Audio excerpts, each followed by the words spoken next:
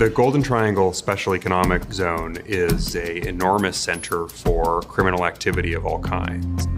Drug trafficking, human trafficking, and scam operations. Victims have been mostly deceived by online ads promising career opportunities abroad with. Kawasan segitiga emas tuh pusatnya dari segala jenis aktivitas kriminal lur. Mulai dari perdagangan narkoba, perdagangan manusia, sama operasi penipuan lur. Banyak orang-orang yang kena penipuan online yang dijanjikan akan diberikan pekerjaan yang menggiurkan dari segi gaji, kenyamanan, dan hal menggiurkan lainnya. Bahkan warga Indonesia juga ada yang pernah masuk ke kawasan segitiga emas untuk bekerja lur.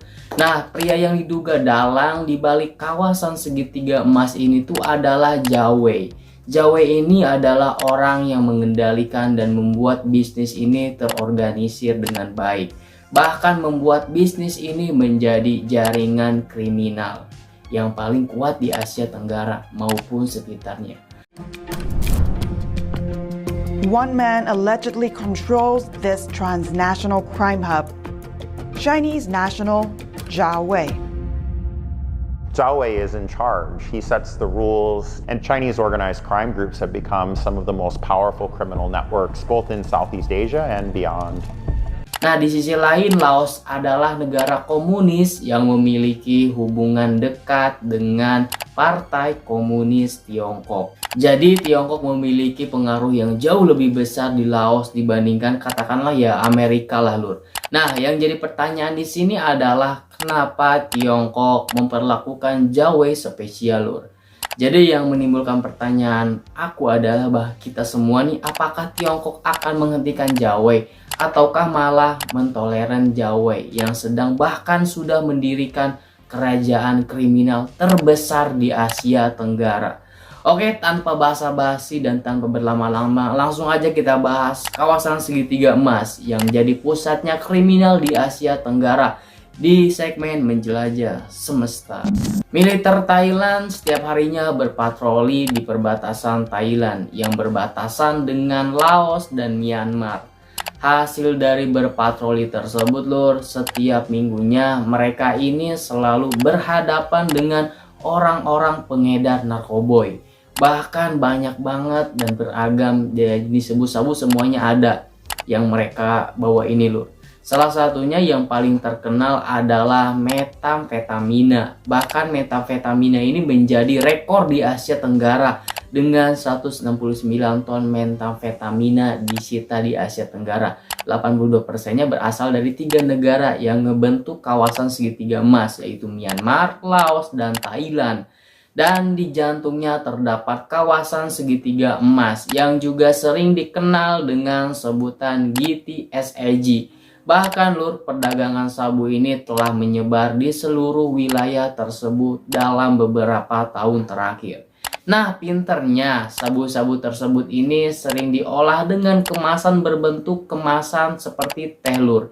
Bukan seperti emang teh lur. Dan kawasan segitiga emas atau GTSAG ini menjadi wilayah paling aman dan paling menggiurkan untuk distribusi dan penyimpanan sabu-sabu tersebut. Nah, jika kalian misalnya ingin mengedarkan sabu gitu ya lur ya, Thailand tuh adalah kawasan yang harus kalian lewati di Asia Tenggara untuk menyebarkan sabu tersebut. Nah, karena inilah pemerintah Thailand seringkali menangkap pengedar yang melewati kawasan Thailand. Dan yang paling sering adalah para pengedar yang ingin menyebarkan sabu tersebut ke Laos dan Myanmar. Of drugs out of Southeast Asia, you do often have to go through Thailand. It is the most internationally connected of the countries in mainland Southeast Asia. The Thai government over the years has tried to stop drug shipments coming over Thailand's borders, particularly with Myanmar and Laos. Kawasan segitiga emas atau GTSAG ini adalah sebuah kota yang didirikan oleh Jawe. Otoritas Amerika sendiri ini juga pernah memanggil Jawe ini lur, untuk diperiksa. Jawe ini diperiksa karena mereka mencurigai bahwa Jawe terlibat dalam pengedaran narkoboy di Myanmar. Para pelaku kriminal ini besarnya tuh karena terlibat dalam perdagangan narkotika, manusia, bahkan operasi penipuan lur. Tapi Jawei lagi dan lagi membantah tuduhan otoritas Amerika lur. Nah, kalau ngomongin GTS-AG, di tengah-tengah GTS-AG itu adalah kasino Kings Romance Casino. Zona tersebut dipakai oleh para pelaku kriminal untuk mencuci uang hasil perdagangan narkotika, manusia, dan penipuan. Hal ini sudah dibuktikan oleh PBB untuk narkoba dan kejahatan selama bertahun-tahun dengan cukup rinci. Jawei sendiri sangat berpangku tangan pada pemerintahan yang punya citra baik lur. Kita bisa lihat di salah satu video di YouTube yang memperlihatkan peresmian Bandara Internasional Bokeo yang super mewah.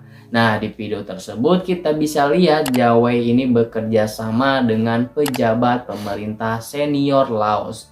Pada tahun 2007, Jawei mencapai kesepakatan dengan pemerintah Laos untuk mendirikan zona ekonomi khusus segitiga emas.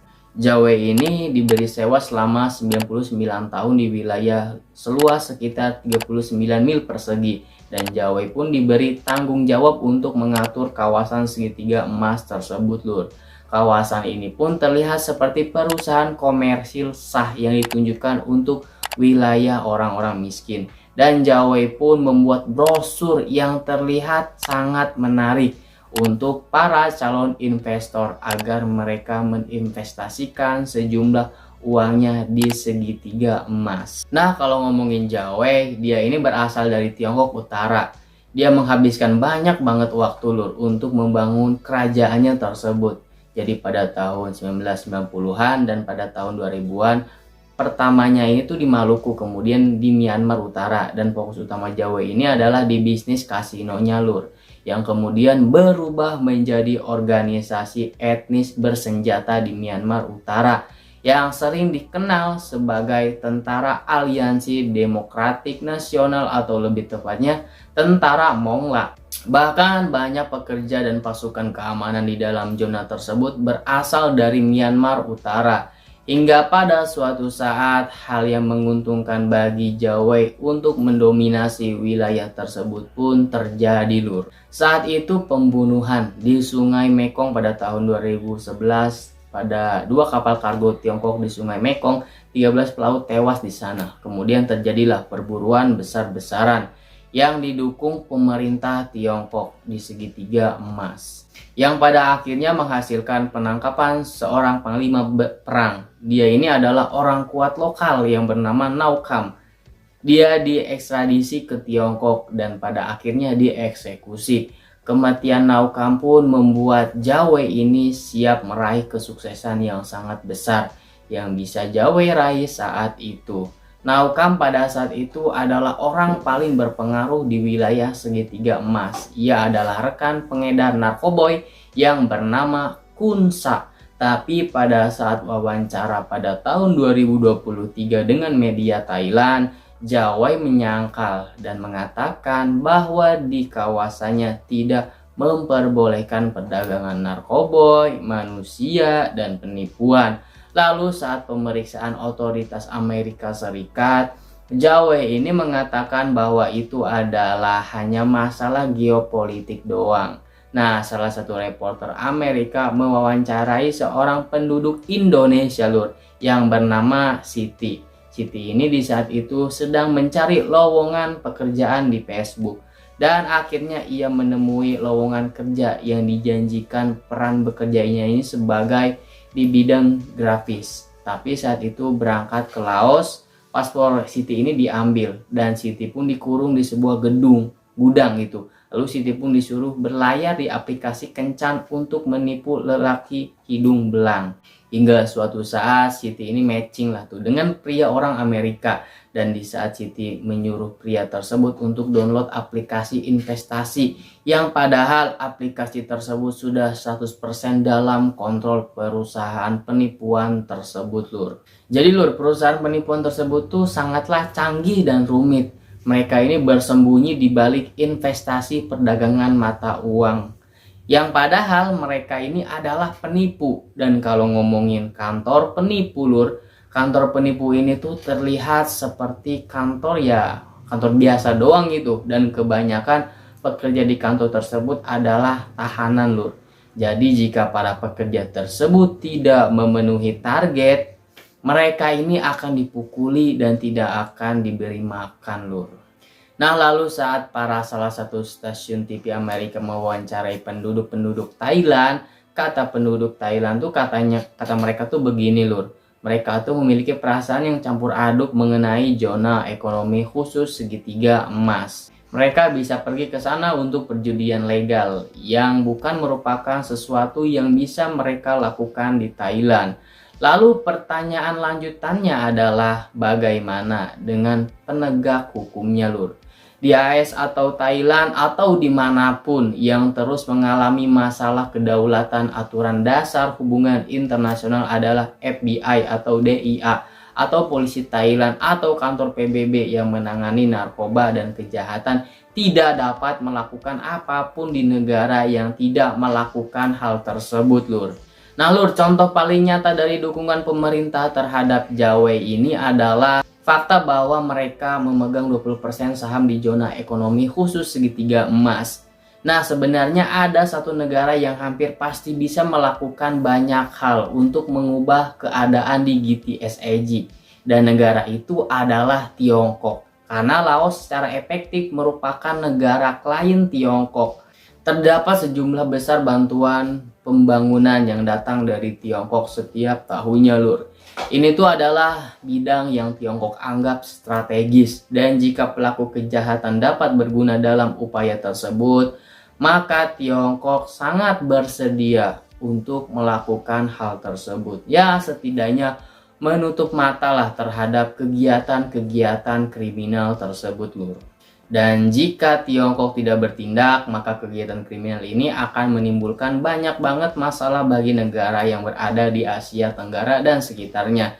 Dan faktanya hingga saat ini korban penipuan di GTSAG ini seperti Siti masih survive loh di sana menghadapi kekejaman para penjahat kriminal di segitiga emas. Mereka nggak bisa melakukan apapun. Oke lur, sekian untuk video kali ini tentang kawasan segitiga emas, kawasan perdagangan narkoboy, manusia, penipuan, dan kegiatan kriminal besar lainnya. Coba silakan komen bagaimana solusi lain untuk kasus yang satu ini lur. Oke, sampai jumpa di video selanjutnya, dan gua Raihan pamit, sampai jumpa di menjelajah semesta selanjutnya lur.